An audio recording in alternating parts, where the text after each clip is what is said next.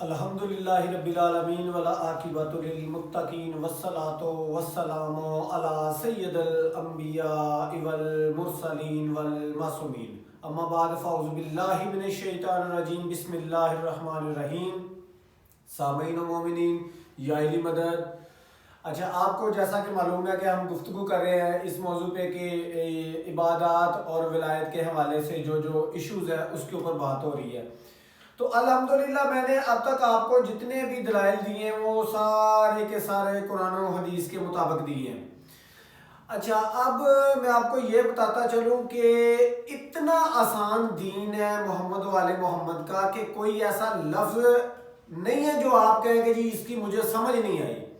اچھا، تو اب جب اتنا آسان دین ہے، دین کو کھول کھول کر چہاردہ معصومین نے بیان کر دیا، تو اب آپ کو توضیحوں کی اور فتووں کی ضرورت کیا تھی؟ اب ایک سیاسی مقصد کو دینی رنگ دے کر پیش ایسے کیا جا رہا ہے کہ جیسے سارے کا سارا دین ہی مجتہدوں میں اور توضیحوں میں پڑا ہوا ہے، جبکہ ایسا نہیں ہے۔ جب ہم محدثین کو پڑھتے ہیں اور آقا کریم کی آل اولاد کی احادیث کو پڑھتے ہیں تو یہ تو ان کا دین تو اس کے بالکل اپوزٹ ہے، یہ تو کچھ اور ہے، یہ تو بندروں کے فتوے، کووں کے فتوے، چوہوں کے فتوے۔ دین اسلام جو چہاردہ معصومین کی زبان اقدس سے نکلا بڑا پاک صاف دین ہے، اور بڑا ہی سلجھا ہوا اور بڑا آسان دین ہے، کوئی مشکل نہیں ہے۔ بہرحال ذلیل تو انہوں نے ہونا ہی ہونا تھا، خود ہی اپنی ایسی باتیں لکھی ہیں توضیحوں میں کہ وہ ان کی ضلالت ان کا مقدر بن چکی ہے۔ مقدر کیوں نہ بنتی؟ جب یہ علی ولی اللہ کو نماز سے نکال رہے تھے، عبادات سے نکال رہے تھے اور اپنی ولایت اس میں اس کا ڈھونگر چاہ کے ڈال رہے تھے نا، تو ضلالت تو تبھی ان کا مقدر بن گیا تھا۔ آگے آ جائیں جی، انشاءاللہ ہم تو قرآن و حدیث پہ رہیں گے، ہمیں کسی کے فتوے کی اور توضیح کی ضرورت ہی نہیں ہے۔ توضیحیں 20 لکھی جا سکتی ہیں، ہاں جی، بیٹھے ادھر سے ادھر، ادھر سے ادھر، ادھر سے ادھر۔ کیا ان کے پاس کوئی فرشتہ آگے الہام کرتا ہے؟ بات تو وہی ہے جو معصومین نے کہی ہے، تو وہ بات ہے جو آپ کو سمجھ آ جائے۔ اب میں اگر آپ کو کہتا ہوں کہ اشارہ کیا میں نے، یہ بھی ویڈیو بنانے والی میری بیٹی ہے، اس کو میں نے ایسے کہا، اسے پتا ہے کہ یہ پانی مانگ رہا ہے میرا باپ۔ اب مسئلہ یہ ہے کہ یہ پھر آگے ڈچ ڈالتے ہیں جی فلانے کو قرآن نہیں پڑھنا آتا، فلانے کو یہ نہیں، لفظ صحیح نہیں ہے، یہ زیر ہے، یہ زبر ہے۔ او بھائی بات کیا، بات کو سمجھنا ہے، ولایت ضروری کہاں پر ہے؟ بات کا مقصد سمجھنا چاہیے کہ مقصد کیا ہے، اور مقصد تو آل محمد کے فرامین میں کھل کر بیان ہو گیا ہے۔ اب اس میں آپ نے کون سی تعویلیں پیش کرنی تھی اور کیا کیا لانا تھا جی؟ دیکھیں جی، آگے آ جائیں، اس پہ ایک اور دلیل ہے آپ کو۔ سورہ منافقون آیت نمبر 1 تا 2 ہے جی، اس کا ترجمہ ذرا غور سے سنیے گا کہ اے میرے حبیب صلی اللہ علیہ وآلہ وسلم، جب تیرے پاس منافقین آتے ہیں تو کہتے ہیں کہ ہم گواہی دیتے ہیں کہ یقیناً تو اللہ کا رسول ہے، اور اللہ بھی اس کا علم رکھتا ہے کہ ضرور تو اس کا رسول ہے، اور اللہ گواہی دیتا ہے کہ یقیناً منافقین ضرور جھوٹے ہیں، اپنی قسموں کے ذریعے سے لوگوں کو اللہ کی سبیل یعنی کہ ولایت امیر المومنین سے روکتے ہیں۔ یقیناً وہ جو بھی عمل کرتے ہیں سب گناہ کے زمرے میں گنا جاتا ہے۔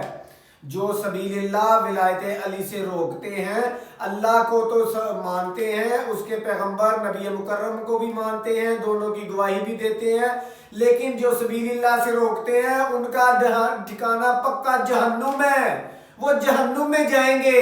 اور کون روکتا ہے جی؟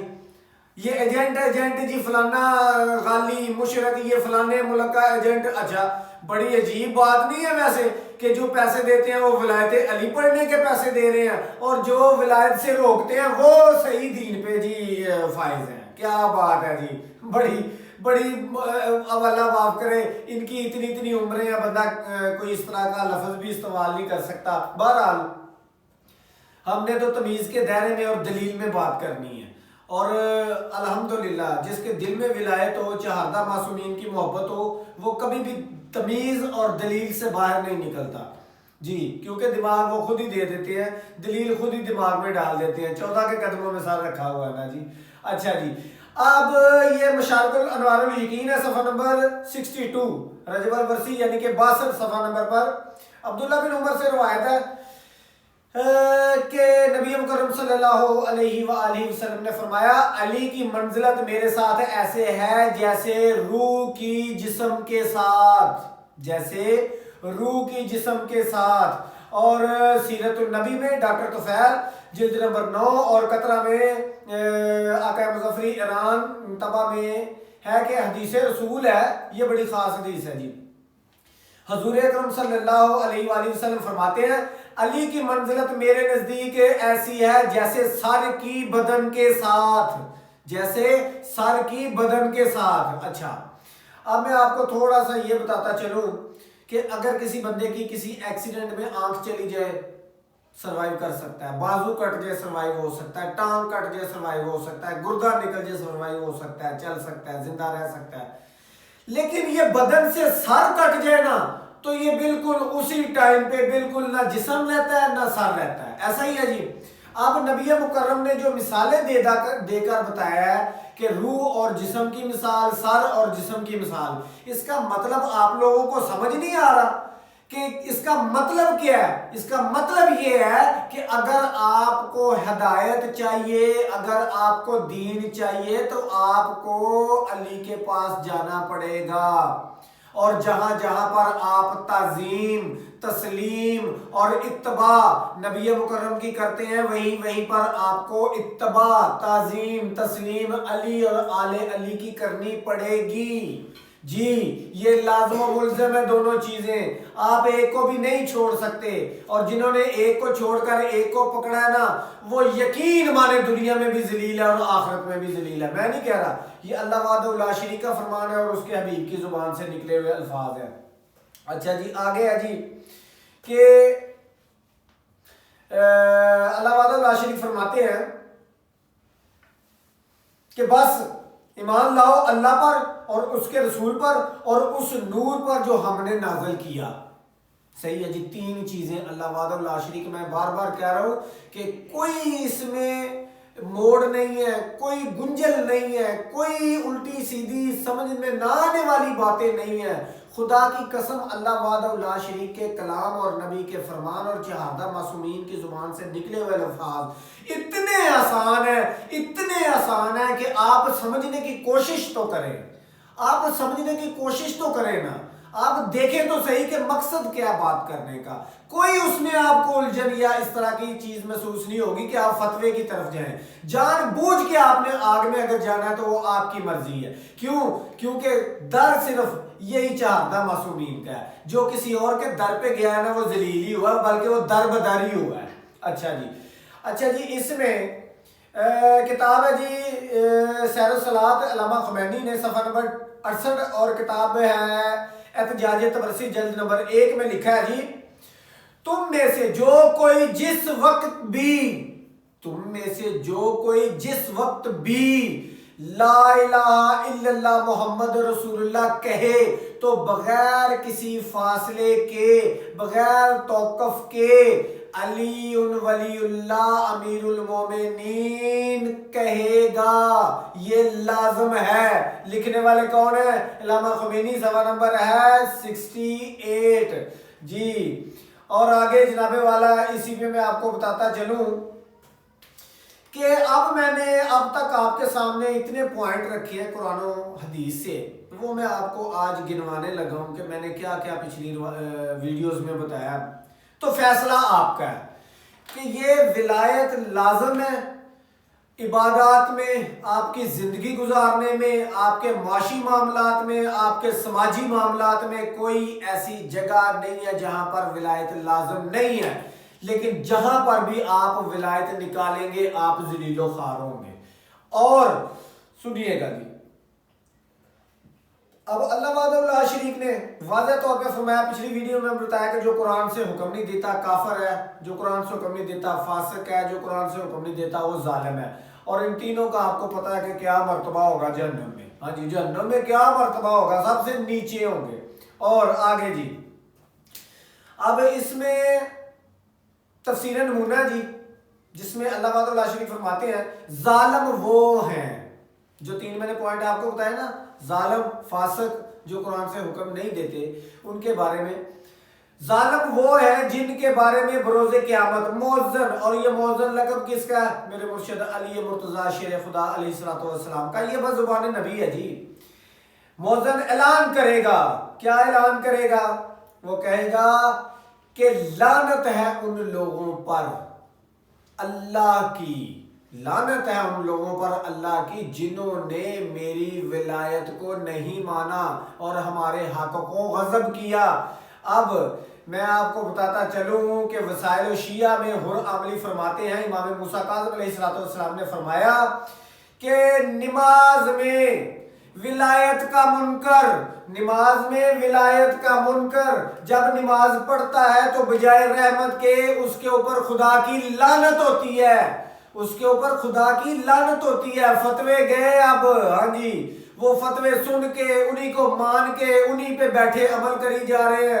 آج تک جس بندے کو بھی میں نے دیکھا نا اس نے توضیح المسائل گھر میں رکھی ہوئی ہے اور فتووں میں چل رہا ہے نا، میں یقین جانے، میں قسم سے کہتا ہوں کہ اس بندے نے آج تک کبھی معصومین کی ایک حدیث نہیں پڑھی ہوگی اور نہ کبھی کسی سے سنی ہوگی۔ حدیثیں بیان ہوتی نہیں ہیں توضیحوں میں، وہاں پر صرف ہوتا ہے قیاس جو کہ معصوم نے حرام قرار دی ہے جی۔ اچھا میں اس پہ جی بتا رہا تھا آپ کو کہ منکر جب نماز پڑھتا ہے نا ولایت کا منکر، تو اس کے اوپر رحمت کی بجائے اللہ کی لعنت ہوتی ہے کہ اس کے لیے اس کی وجہ کیا ہے کہ اس نے ہمارے حق کا انکار کیا اور ہمیں جھٹلایا جی۔ اور ان کو جھٹلانا چودہ کو کیا ہے کہ کسی اور سے رجوع کرنا، تقلید کا پٹا گلے میں ڈالنا، یہ ہے ان کو جھٹلانا۔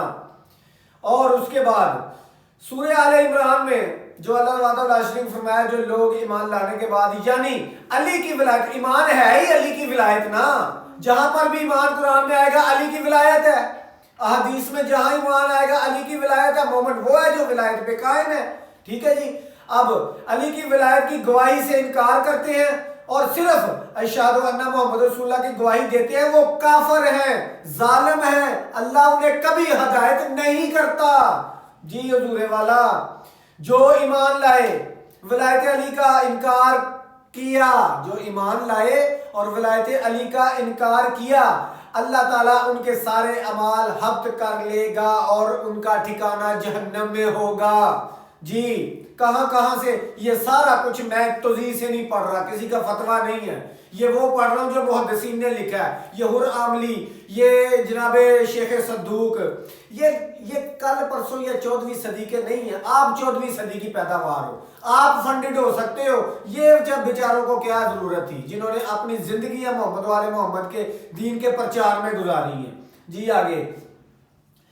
آگے جو نبی مکرم صلی اللہ علیہ وآلہ وسلم نے، میں نے آپ کو بتایا کہ احادیث کے مطابق جہاں ذکر میرے مرشد کا وہاں پر ضرور لازم ہے جی۔